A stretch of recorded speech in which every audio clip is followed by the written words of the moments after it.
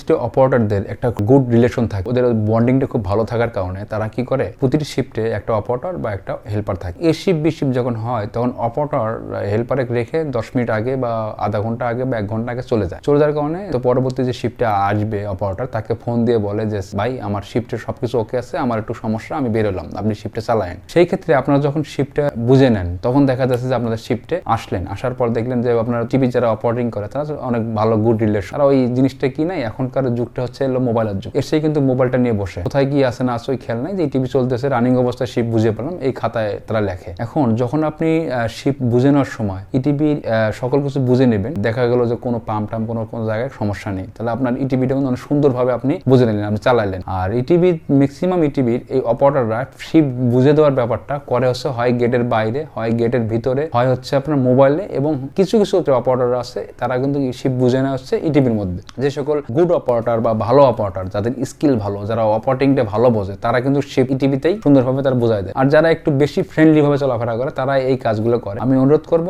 যেহেতু আমার এই ভিডিওটা ইটিভি রিলেটেড ভিডিও, বা বড় ভাই বা ছোট ভাই অনেকেই আছেন শুভাকাঙ্ক্ষীরা দেখবেন, আপনারা যারা শিফটে ডিউটি করেন তারা আসলে শিফট বুঝে নেওয়া বা বুঝে দেওয়া এই দুটো যদি আপনার প্ল্যানটে করেন, সেই ক্ষেত্রে আপনি সেফ, বা আপনার লাইফ সেফ, বা আপনার প্ল্যান সেফ, সকল সাইড দিয়ে আপনি সেফ থাকবেন। এরকম ধরনের কাজগুলো আপনারা করবেন না যাতে শিফটের বাইরে যা শিফট বুঝে দেওয়া।